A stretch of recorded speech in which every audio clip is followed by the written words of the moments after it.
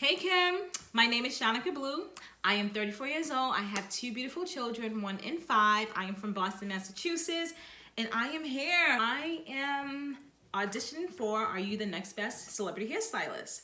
Of course I am. Can't you see? I really truly believe that I am the next best celebrity hairstylist.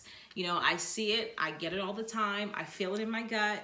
I wake up, I breathe it. And when I seen this post that you did, I was like, oh wow, like ding, ding, ding. Could this really be my time? Shanika Blue, do it, do it, do it, do it. You cannot give up this opportunity. This has just been my dream. I started so young. I started at the age of 14 in a salon, you know, assisting.